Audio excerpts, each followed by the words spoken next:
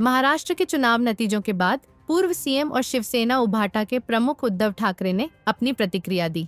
उन्होंने कहा कि आशा है कि बीजेपी का सीएम बने। उन्होंने सवाल किया कि क्या यह परिणाम जनता को स्वीकार है। अगर यह स्वीकार है तो कुछ नहीं कहा जाएगा। सोयाबीन का कोई दाम नहीं है और महिलाएं असुरक्षित हैं। इसके बावजूद बीजेपी जीती है। लाइव वीडियो देखिए हमारे स्क्रीन के ऊपर। विधानसभा निवडणुकांचा निकाल लागला। पूर्णपणे अनपेक्षित आणि अनाकलनीचा हा निकाल आहे।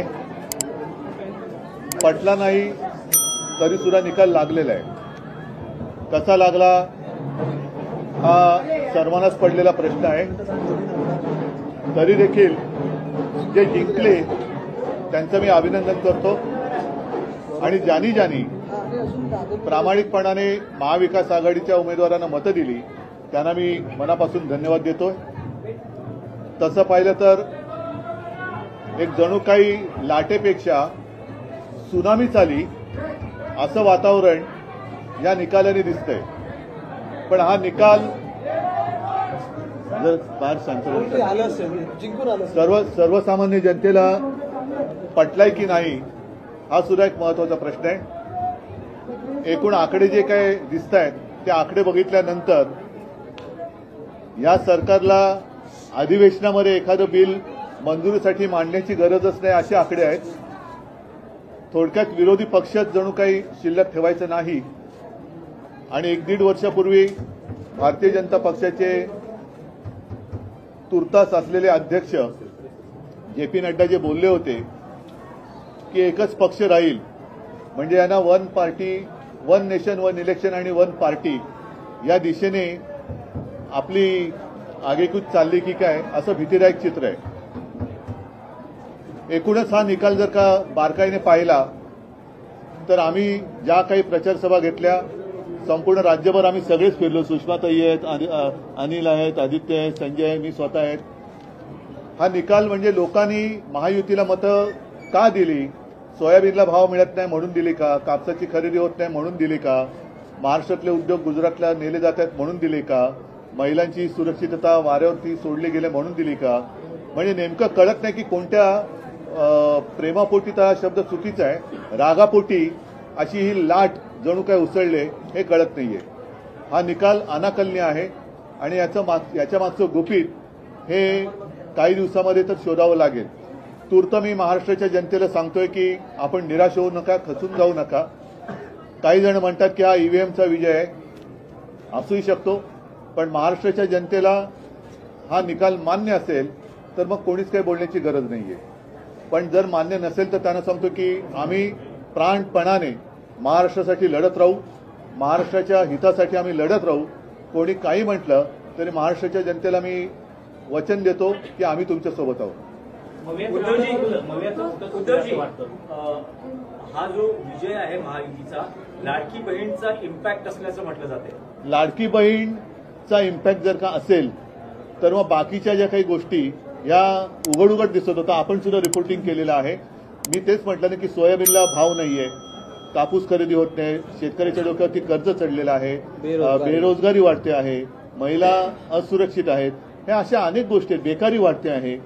तर लाडकी बहीण पेक्षा ज्या महिला आमच्या सभेला प्रचंड संख्येने येत होत्या त्यांच्यासमोर प्रश्न होता की घर कसं वाढवायचं, चालवायचं, कारण महागाई वाढते म्हणजे वाढती महागाईची शाबासकी म्हणून या सरकारला मत दिलं का? आणि आता मला एक असं वाटतं प्रामाणिकपणे हा टोमणा नाही की यावेळेला तरी अस्सल भाजपचा कोणतरी मुख्यमंत्री होईल अशी अपेक्षा आहे किंवा आशा आहे।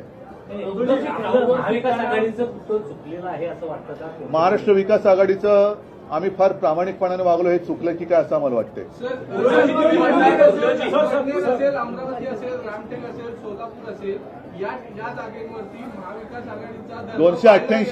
288 पैकी या मोजलेल्या जागा किती आहेत? 288 पैकी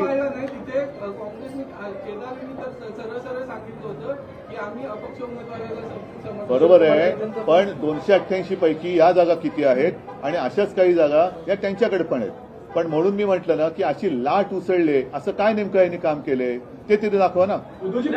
पण आणखीन एक गोष्ट अशी आहे की ठीक आहे आता ते जिंकलेले तर आहेत, त्याच्यामुळे त्याच्यात मला त्यांचं अभिनंदन करण्यामध्ये मला कुठे कद्रूपणा दाखवायचं नाहीये. मी त्यांचं अभिनंदन करतो. आणि आता निवडणूक आयोगाने स्थगिती दिलेली लाडकी बहीण ही योजना पूर्ववत चालू करून त्याच्यात 2100 रुपये दर महिना ते द्यायला लागतील. शेतकऱ्यांचं कर्जमुक्त ते लवकर करतील. आणि जी काही त्यांनी आश्वासनं दिलेत ती नंतर कोणी बोलू नये की असा जुमला तर निवडणुकीच्या वेळेला करावा लागतो. या सगळ्या आश्वासनांची पूर्तता त्यांनी लवकरात लवकर करावी अशी माझी मागणी आहे. ग्राउंडवर फिरताना महाविकास आघाडीसाठी पोषक वातावरण दिसत होतं आणि इतका बदल अचानक लोकसभा निवडणूक झाल्यानंतर अवघ्या काही महिन्यात हाच एक अनाकलनीय बदल. आणि मला असं वाटतं की कोरोनाच्या काळामध्ये कुटुंब प्रमुखाप्रमाणे माझं ऐकणारा महाराष्ट्र हा माझ्याशी असा वागेल याच्यावरती माझा विश्वास नाहीये. कारण मी जे सांगत आलो त्याच तळमळीने याही वेळेला मी महाराष्ट्राला मनापासून तळमळीने सांगितलं होतं. आणि असा हा माझा महाराष्ट्र हा असा वागेल याच्यावरती माझा विश्वास नाहीये. नक्की काहीतरी गडबड आहे. हिंदू मुस्लिम एक पोलराइजेशन दिखाई दिया, खुल के बात कर रहे थे, बटेंगे तो कटेंगे. आपको नहीं, ये कुछ नहीं चला, क्योंकि बेकारी तो कुछ चीजें ऐसी होती कि जो सेक्युलर होती है. जैसे बेकारी है, महंगाई है, वो सेक्युलर है. सभी को महंगाई की मार पड़ रही है, सभी को जो बेरोजगारी है वो सता रही है. तो ऐसे कुछ नहीं. एकनाथ शिंदे यांच्या शिवसेनेच्या जवळपास 55 जागा आलेल्या आहेत. त्यांचं असं म्हणणं आहे की या निकालातून बाळासाहेबांचे विचारांचे खरे पहिली गोष्ट अशी आहे की इथेच पहिला मुद्दा असा आहे की 2.5 वर्ष होऊन सुद्धा न्यायालयातनं आम्हाला निकाल मिळत नाही. तो निकाल मिळण्याच्या आधी निवडणूक घेतली जाते. अजूनही आमच्या नावाचा, निशाणीचा, अपात्रतेचा निकाल लागत नाही. आणि त्याच्या पलीकडे जाऊन ही निवडणूक घेतली जाते. त्यांना चिन्ह आणि नाव देऊन इथेच तर मोठी गफलत आहे. मग शेवटी विश्वास ठेवायचा कोणावर? त्यांचं म्हणणं आहे की त्यांचं म्हणणं आहे, एकनाथ शिंदेचं काउंटून असं म्हणणं आहे की बरं ऐका एक मिनिट. त्यांना म्हणा की आता पहिलं देवेंद्रच्या हाताखाली तुम्हाला काम करावं लागेल. तर पहिलं तुमचा बंगला कोणता तो निवडा. तुम्हाला मान्य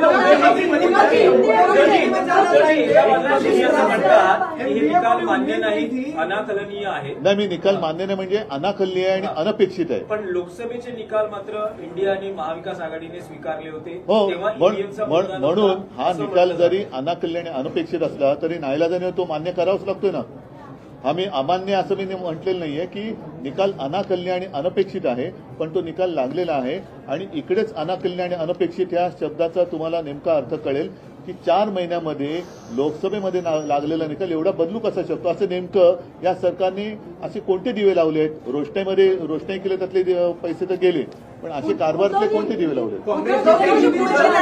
महानगरपालिकेची आहे, मुंबई महानगरपालिका. तारीख लागले का? हा बघू ना. शरद पवारांशी बोलणं झालं का? कारण दिग्गज नेते बाळासाहेब थोरात, देशमुख शरद पवारांशी किंवा मग काँग्रेसच्या बड्या नेत्यांशी नाही, अद्याप बोलणी झालेली नाहीये. मी आता पहिल्या प्रथम आपल्याशी बोलतोय आणि आपल्या माध्यमातून मी जनतेशी बोलतोय.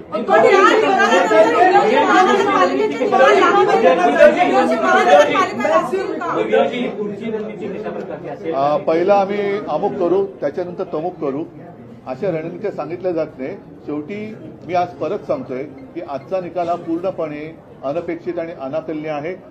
तुम्ही स्वतः माझ्याशी वेळोवेळी बोलत होतात.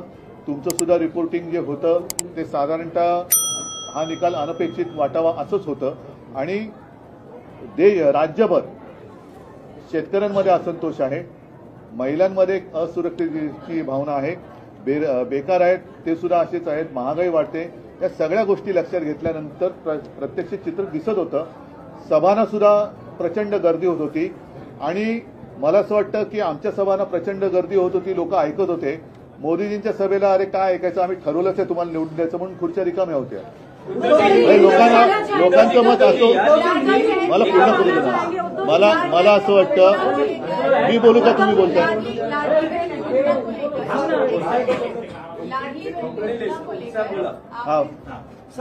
नाही, मला असं वाटतं की आमच्या सभांना प्रचंड गर्दी होत होती, आमचं भाषण पूर्णपणे ऐकत होते. मोदींच्या आणि अमित शहाना तर नंतर सभा घेण्याची गरज लागली नाही, कारण लोक म्हणत होते तुमचं ऐकायची गरजच नाही, आम्ही तुम्हाला मत द्यायचं ठरवलंच आहे, म्हणून त्यांच्या खुर्च्या रिकाम्या पडलेल्या होत्या. मग लोकांनी एवढं पक्क केलं होतं का की यांच्या सभेला जाण्याची गरजच नाही, यांचं सगळंच पटलंय आम्हाला.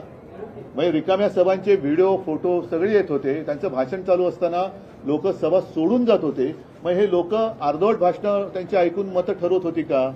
हा एक संशोधनाचा विषय. मतदानाची टक्केवारी जी आहे ती मध्यरात्री घोषित करण्यात आली, उशिरा घोषित करण्यात आली. यामध्ये काय वाटतं का तुम्हाला? आता याच्यामध्ये नेमकं खरं काय ते आपले सगळ्यांचे 17C फॉर्म हे राज्यभर तपासल्यानंतर कळेल की त्या 17C फॉर्ममध्ये मतदान किती झालेलं, त्याच्यानंतर टक्केवारी वाढली असेल तर गफलत आहे. एका बाजूला शिवसेनेला जिंकलेल्या जागा आणि दुसऱ्या बाजूला माहीम असेल, वरळी असेल, वांद्रे पूर्व या राखलेल्या जागा, यावर तुमची काय प्रतिक्रिया? राखलेल्या जागा आम्ही राखलेल्या आहेत आणि हरलेल्या जागा आम्ही हरलेलो आहोत. विशेषतः माहीम ही जी जागा होती महाराष्ट्राचं जे लक्ष होतं, आमची जिंकलेली जागा होती ना, ती राखली आम्ही. धारावी के टेंडर को लेकर आप लोगों ने काफी विरोध किया था, लेकिन अब राज्य में इनकी सरकार बनने जा रही है, अब धारावी को लेकर आगे क्या कुछ करेंगे? पहले धारावी के बारे में यूएस गवर्नमेंट क्या भूमिका लेती है वो देखनी पड़ेगी. ठीक है, मला असं वाटतं योजना को लेकर आपने अभी कहा कि किस तरह से महिला सुरक्षा, बेरोजगारी ये बड़े मुद्दे हैं, लेकिन आज ये प्रेस कॉन्फ्रेंस करने के बाद उन्होंने तंज करते हुए ये कहा कि हमारी योजना पर सवाल खड़े कर रहे हैं, पर अपने मैनिफेस्टो में भी कहीं न कहीं ये योजना लागू. हाँ, बिल्कुल दी थी. इसलिए मैं अभी अपेक्षा कर रहा हूँ. चुनाव आयोग ने रोक लगाई थी, अब चुनाव खत्म हो गए हैं. उन्होंने तो 2100 रुपया डिक्लेयर किया है, तो कल से शुरू करें. हम इंतजार कर रहे हैं. चला, धन्यवाद सगळ्यांना. जय महाराष्ट्र.